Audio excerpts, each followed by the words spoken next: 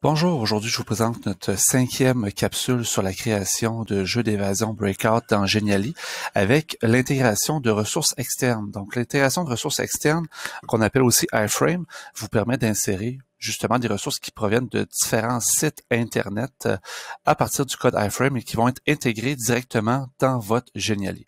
Donc qu'est-ce qu'on peut intégrer? Je vous donne 5 exemples et comment est-ce qu'on le fait. Donc la première chose qu'on peut intégrer, c'est des cadenas virtuels avec le site internet loki.fr. Je vous mets le lien de toutes les ressources dans le descriptif de la vidéo. Donc, loki.fr, hein, par exemple, ici, j'ai créé sur loki.fr un code cadenas. Si je le regarde de quoi il a l'air, dans le fond, c'est un petit cadenas ici où est-ce qu'on demande un mot de passe. Hein. Sinon, dans mes ressources, j'ai aussi un code où est-ce qu'on demande, je vais regarder celui-là ici, un code ici où est-ce qu'on demande un code à 2 chiffres dont le code est 68. Donc, si je regarde de quoi a l'air mon code, c'est un mini clavier où est-ce que je dois entrer le code 68 pour débloquer et on m'apparaît une photo de Link qui est comme un indice supplémentaire pour continuer mon jeu. Donc, comment est-ce que je fais pour intégrer ce code-là? Ben, dans mon code, j'ai toujours ce qu'on appelle le code iframe. C'est ce que je vais copier. Je vais faire un CTRL-C. Je m'en vais dans mon mode édition sur mon Geniali. Je vais aller sur une page que j'ai déjà utilisée et je vais insérer ce cadenas-là avec l'outil insérer qui est ici à gauche. Je vais aller dans mes autres ici en haut à droite et je vais coller le code iframe dans l'espace qui est en blanc. Je fais insérer et mon code va apparaître ici, il est fonctionnel. Une fois que je l'ai placé, je peux l'agrandir, m'assurer. Ce que je vous suggère, c'est de vous assurer qu'il n'y ait pas de scroll bar qui apparaisse tout le tour.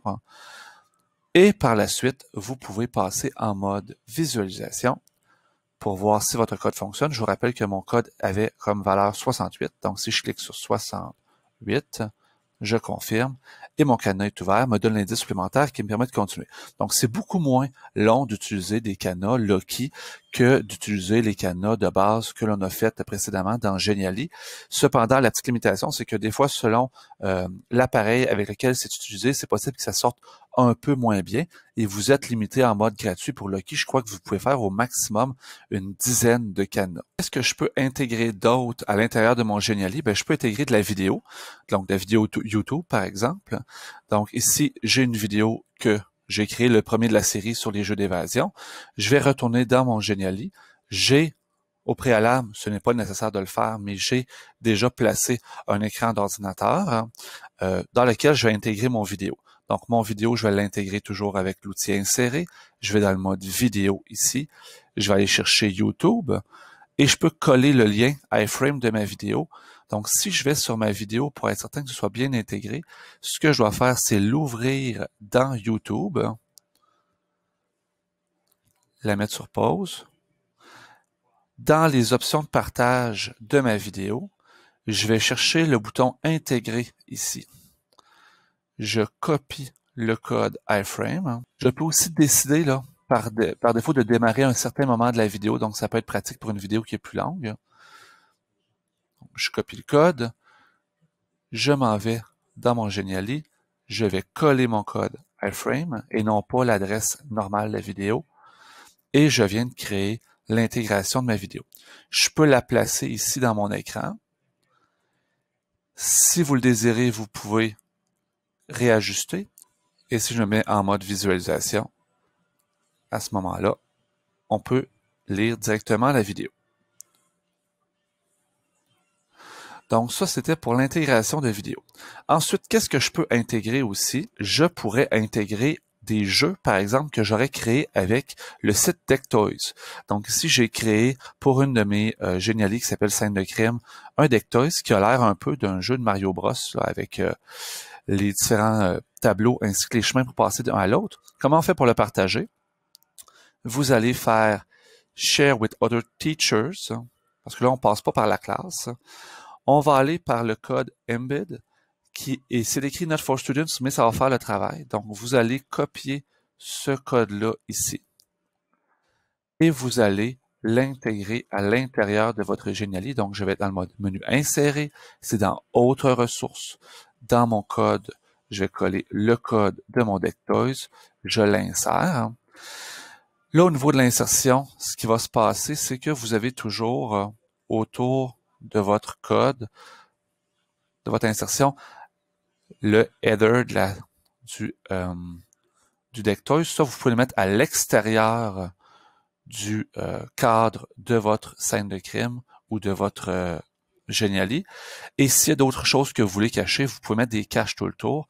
Et à ce moment-là, lorsque l'utilisateur arrive, à ce moment-là, il peut cliquer sur les différents items et aller répondre aux différentes questions, etc. Donc, Dectoise a un ajout vraiment intéressant à vos Geniali. Il y a aussi le collectif Scape qui a créé plusieurs ressources. Je vais vous mettre le lien dans le descriptif de la vidéo, dont une minuterie iframe que vous pouvez intégrer directement à l'intérieur de votre Geniali. Cette minuterie-là, vous pouvez la configurer pour partir, par exemple, je peux partir à 45 minutes et ça descend, etc. Donc, je vous laisse aller voir le lien que je vais vous placer dans le descriptif sur comment on intègre cette minuterie-là. Dernière chose que vous pouvez faire, c'est intégrer un Geniali dans un Geniali. Donc, par exemple, ici, j'ai créé un petit Geniali de déplacement d'allumettes pour une collègue en mathématiques hier, hein, donc qui permet, par exemple, de faire des dessins en déplaçant divers types d'allumettes. Hein. Donc ça, cette ressource-là, je pourrais l'intégrer directement dans un autre Geniali. Comment est-ce que je fais ça? Je vais faire partager. Je vais aller dans insérer ici. Je vais copier le code iframe qui est déjà prévu ici.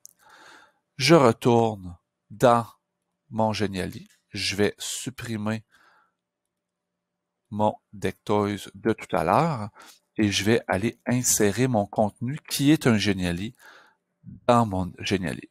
Donc, mon Geniali vient d'être intégré. Je peux le placer à l'intérieur de mon Geniali principal.